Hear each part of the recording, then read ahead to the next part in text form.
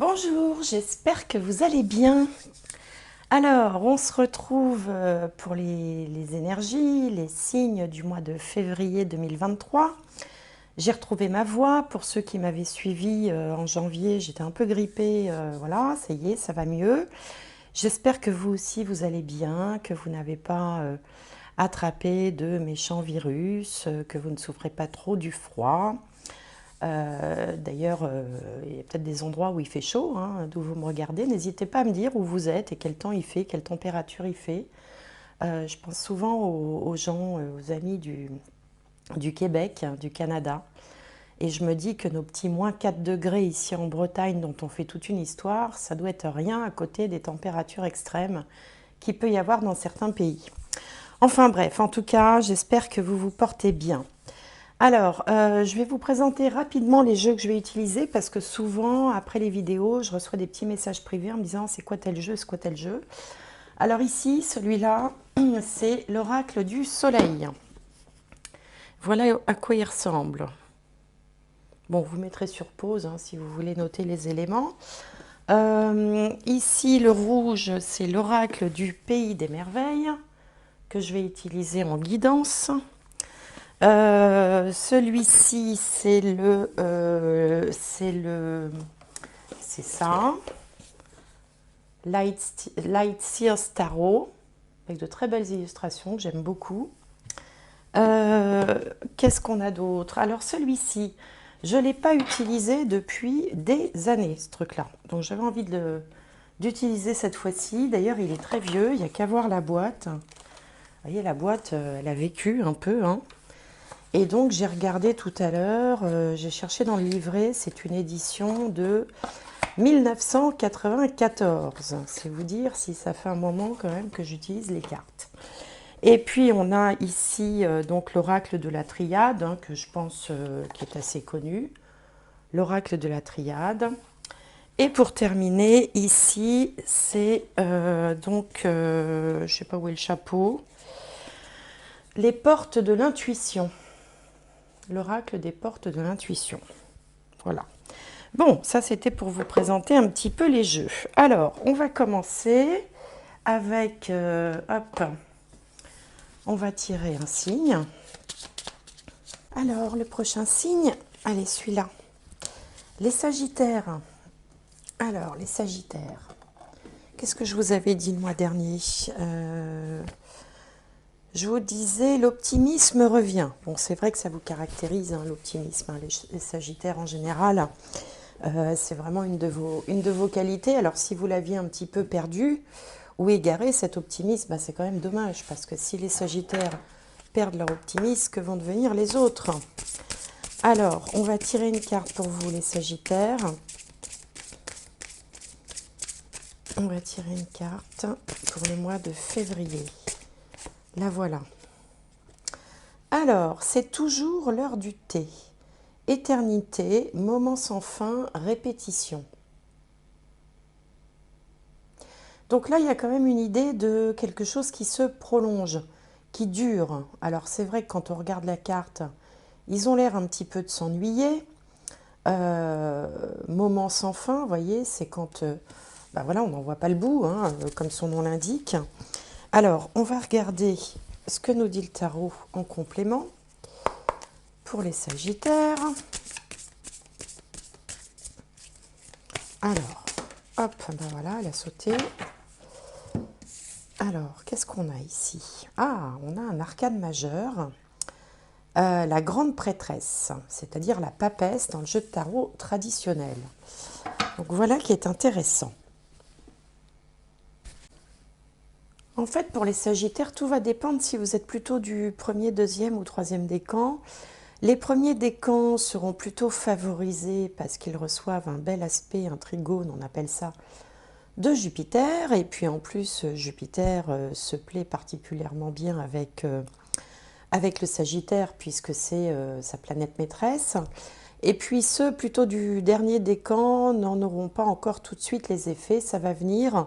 Voilà, c'est peut-être pour ça que c'est un petit peu mitigé selon finalement votre date de naissance. Alors, je reviens aux cartes. Ici, c'est toujours l'heure du thé. Bon, il y a des choses comme ça qui semblent un peu s'éterniser, un sentiment d'ennui. Et puis, à côté de ça, on a donc la grande prêtresse ou la papesse dans le jeu de tarot traditionnel, qui, elle, va plutôt, du coup, dans ces moments d'ennui, vous porter à une espèce d'introspection, de connexion. Peut-être que vous allez en profiter pour pratiquer la méditation ou pour vous relier d'une façon ou d'une autre à votre intuition. Bon, alors on va voir maintenant avec l'oracle du soleil si ça nous en dit plus, parce que là on est plutôt dans un état d'esprit en fait. Alors, on va faire ça en 5 cartes. Bon, j'espère que vous allez bien, que vous n'êtes pas ni trop chaud ni trop froid. Alors, je remercie les gens qui m'ont fait un petit coucou d'Australie pour me dire que chez eux, il faisait 26 degrés parce que c'était l'été. Et puis aussi ceux qui m'ont fait coucou de Montréal, où j'ai eu la surprise d'apprendre que finalement, en ce moment, il fait moins froid qu'en Bretagne. Bon, je ne m'attendais pas à ça. Alors, n'hésitez pas à me dire où vous êtes et quel temps il fait de votre côté. Alors, on va pousser un petit peu les cartes ici. On va remonter ça pour que vous puissiez bien voir. Alors, qu'est-ce qu'on a? L'entreprise. Une belle carte de Jupiter en bélier. D'ailleurs, Jupiter est entré en bélier en ce moment. En face, on a l'excentricité, Saturne en Verseau. En haut, la résistance, Mercure en Taureau. En bas, la négociation, encore une carte de Jupiter, Jupiter en balance cette fois-ci. Et au milieu, la rébellion avec Mars en Verseau. Alors, avec ce tirage, je comprends mieux pourquoi vous trouvez le temps long, que vous vous ennuyez un petit peu, parce que ici, visiblement, il y a un projet, vous avez une envie, un projet, avec cette carte de l'entreprise. Alors, ça peut parler de l'entreprise au sens propre, hein, vous voyez, une entreprise dans laquelle on travaille ou qu'on veut créer. Comme ça peut parler, une entreprise, c'est le fait d'entreprendre, c'est de commencer quelque chose. Pas forcément de créer une entreprise, hein. Ça peut être l'envie de démarrer, je dis n'importe quoi, des travaux chez soi, et puis attendre indéfiniment que l'artisan se manifeste. Vous voyez, bon, par exemple. Donc là, vous avez une envie. Là. Vous avez envie que ça aille vite, hein. On est sur du bélier, là. Et puis, ça n'avance pas comme vous voulez. Vous trouvez également que autour de vous, les gens manquent un peu de fantaisie, manquent un peu de créativité, que tout est trop normé. Alors bon, les normes, en général, vous aimez bien quand même, hein, parce que Jupiter, c'est le garant aussi de la loi. Mais bon, là, vous trouvez que c'est vraiment un petit peu trop... que ça manque un peu d'originalité. Vous voyez, vous voulez avancer, et peu importe finalement... la législation, tout ça, vous trouvez que ça va pas assez vite. Vous voulez bien rester dans les règles, mais à condition que ça aille plus vite. Alors du coup, on vous sent ici un peu impatient, comme ce taureau qui gratte la terre. Bon, vous êtes dans la résistance, bon, forcément, mais vous êtes surtout dans l'impatience. Hein, Mercure, ici, on a Mercure en taureau. Alors le taureau, c'est un signe fixe, c'est un signe qui aime bien que les choses avancent prudemment et solidement, un petit peu comme le Capricorne, qui est également un signe de terre. Mais bon, c'est Mercure là qui est rentré dans le taureau. Puis Mercure, c'est un peu l'adolescent rebelle, quoi. Il a envie que ça avance. Donc vous êtes dans ces énergies entre l'envie que ça avance et puis l'obligation de devoir attendre que les choses se fassent progressivement. Du coup, vous trouvez que ça manque un peu d'originalité. Vous dites que bon, après tout, on aurait bien pu faire comme ça. Qu'est-ce que ça change? Bon. Tout ça, ça vous agace un petit peu, en fait, vous rongez votre frein. Ça vous oblige à patienter et en ce moment, vous n'avez pas envie de patienter. Alors du coup, bah, vous allez négocier, hein, Jupiter en balance, c'est-à-dire que vous allez activer vos contacts, vous allez essayer de pousser un petit peu à la roue pour que ça aille plus vite que ça. Et puis finalement, ce qu'on voit aussi, c'est que vous risquez peut-être de manquer un petit peu de rondeur sur ce coup-là, puisque un peu plus tard, la finalité, c'est Mars en Verseau. Mars en Verseau, il ne se laisse pas faire, quoi, hein. il peut être même un petit brin agressif, il peut un peu s'affranchir des règles et être tenté de dépasser la ligne jaune, vous voyez. Bon, il se peut aussi que vous fassiez appel donc à votre réseau, aux personnes que vous connaissez pour essayer d'obtenir peut-être quelques passes droits pour que ça aille plus vite. Alors, il n'y a pas de mauvaise intention dans tout ça, il y a juste une espèce de surexcitation. Alors, Jupiter, hein, qui est rentré dans le début du signe, enfin, qui fait un aspect plutôt, en étant rentré au début du signe du Bélier, il fait un aspect à votre signe du Sagittaire. Il a parfois son seul défaut, hein, on dit que c'est le grand bénéfique de l'univers, qu'il apporte l'abondance, qu'il apporte plein de choses. Il n'a qu'un défaut, c'est qu'il exagère un petit peu, des fois. Il est un peu dans l'exagération, si vous voulez. Et donc là, vous êtes peut-être un petit peu dans l'exagération. Bon, par rapport à un projet, encore, je dis bien, hein, pas par rapport à toute votre existence, mais par rapport à quelque chose que vous avez envie d'initier, de lancer ou de mener à terme, et ça n'avance pas aussi vite que vous voudriez. Alors, on va regarder avec le tarot Zen pour essayer d'avoir un petit complément d'information. Alors, hop. Alors, sur l'entreprise, sur l'excentricité, sur la résistance, sur la négociation et sur la rébellion.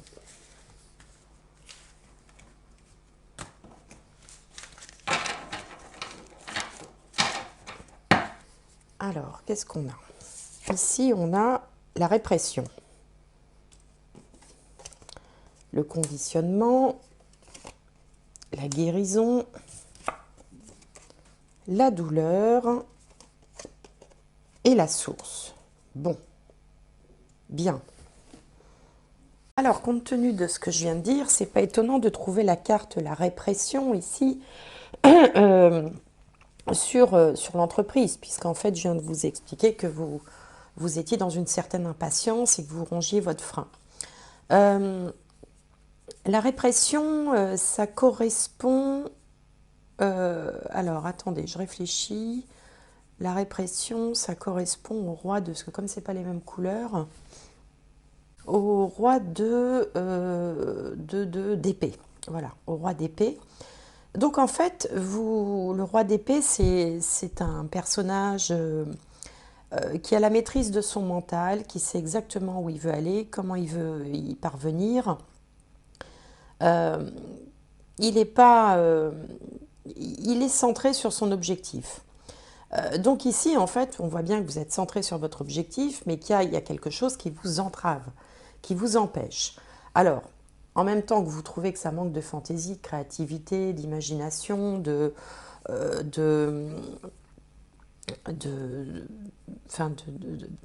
façon de trouver des solutions qui seraient un petit peu différentes, dans le même temps, avec la carte du conditionnement ici, alors ça représente le diable dans le jeu de tarot traditionnel, puisqu'on a ici le lion au milieu des agneaux. Il y a ce côté aussi, on est tenu par quelque chose. Donc peut-être que vous êtes tenu aussi contraint par des lenteurs administratives. Et donc forcément, vous n'y pouvez rien, puisque bon, on ne peut pas demander à l'administration d'aller plus vite que la musique, enfin c'est très compliqué.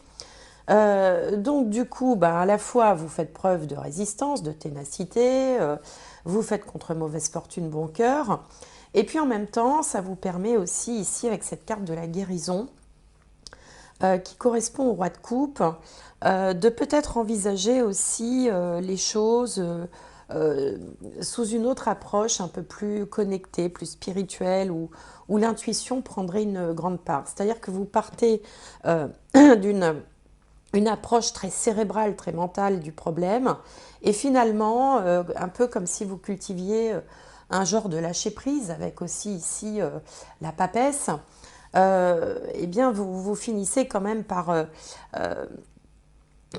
finalement, oui, c'est ça, par essayer de cultiver le lâcher-prise, ou dire, bon, ça sert à rien de s'énerver, il arrivera ce qu'il arrivera et quand ça arrivera, et même si ça se traduit par quand même une forme vous savez, de baisse d'énergie parce que ben voilà, vous en avez assez, que ça n'avance pas à votre rythme, ça reste temporaire puisque on voit ici que sur la rébellion, on a la source, donc la source qui est une très belle carte, qui correspond à l'as de bâton.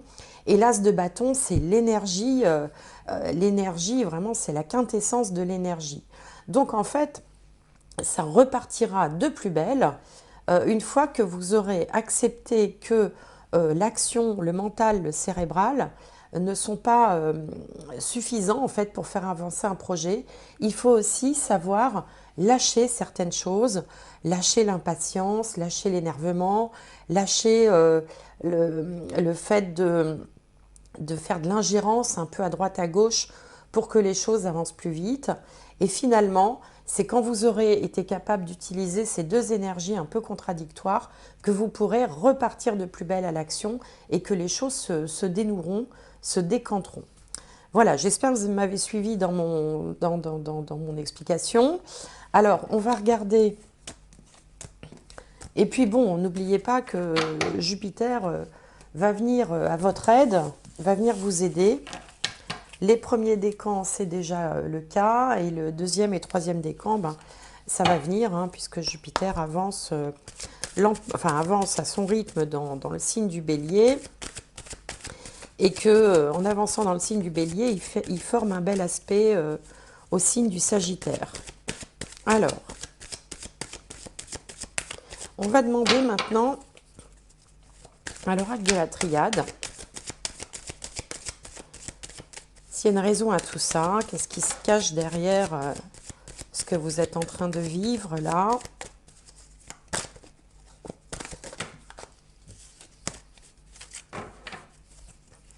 Alors, en 3 cartes.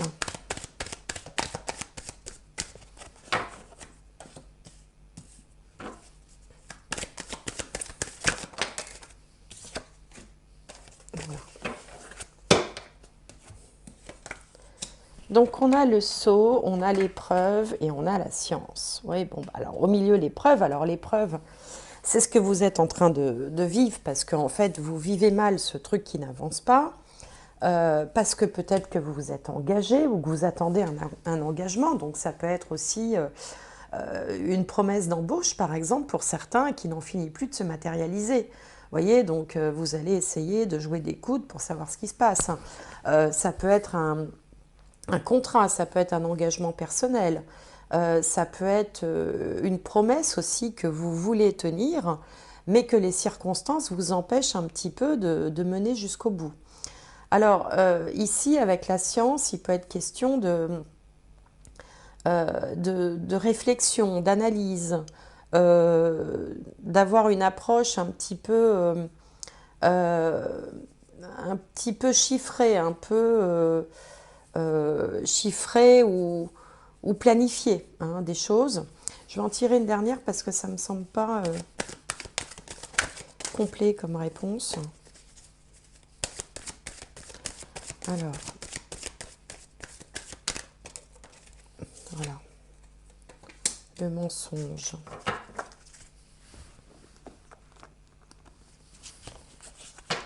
Alors, il se peut aussi que vous soyez confronté à une forme de trahison. C'est-à-dire qu'on vous a peut-être aussi promis quelque chose. Peut-être que vous avez fait une promesse que vous n'arrivez pas à tenir. Mais à l'inverse, on vous a peut-être aussi promis quelque chose que vous ne voyez pas venir. Et donc, vous finissez par vous demander si finalement, on ne vous a pas mené en bateau. Vous voyez, c'est ça aussi. D'où le fait de se connecter un peu à son intuition pour essayer d'y voir plus clair. Bon, et finalement, vous voyez, avec la richesse, ça se termine bien. Donc, je pense que c'est en réalité une question d'attendre le déroulement avec la science qui est au milieu, que les choses se passent dans l'ordre, dans le bon ordre. Vous ne pouvez pas brusquer certaines choses. Il faut qu'elles avancent étape par étape. Et c'est pour ça aussi que ça vous énerve, parce que vous auriez bien voulu qu'il y ait un peu plus de créativité, un petit peu pour brûler des étapes, mais en fait, on vous dit ici que ce n'est pas possible. Alors évidemment, ce que je viens de vous dire, eh bien, ça peut s'adapter à plein de choses, pas seulement à l'aspect professionnel, ça peut être dans la sphère familiale, ça peut être dans la sphère sentimentale aussi. parce que voilà, on se promet quelque chose et puis on n'arrive pas à le tenir pour tout un tas de raisons. Ça peut être en lien avec la famille, avec les amis ou avec un projet. L'énergie étant la même et elle peut s'appliquer dans différents domaines de la même façon. Alors, on va tirer une dernière carte pour savoir un dernier conseil finalement ou une synthèse. Allez, pour les Sagittaires, on va prendre celle-là. Le ressenti. Ce que vous ressentez profondément et imaginez clairement a tendance à prendre racine en vous. Donc en fait, on a vu pas mal de cartes de réflexion, il y avait le roi d'air, de cartes en lien avec le mental, alors que depuis le début, on vous demande aussi de vous fier à ce que vous ressentez, à votre intuition, à la façon dont vous sentez les choses. Et c'est exactement ce que nous dit cette carte, le ressenti. Voilà, je vous la montre. Ce que vous ressentez profondément et imaginez clairement a tendance à prendre racine en vous. Donc voilà, bah écoutez, ce sera le mot de la fin. J'espère que cette guidance vous aura voilà, apporté quelque chose. N'hésitez pas à me faire part de vos commentaires, voir si ça se manifeste dans votre vie, de quelle façon ou pas d'ailleurs. Et puis, bah, merci d'être fidèle. Bienvenue aux nouveaux abonnés. Et puis, écoutez, à très bientôt.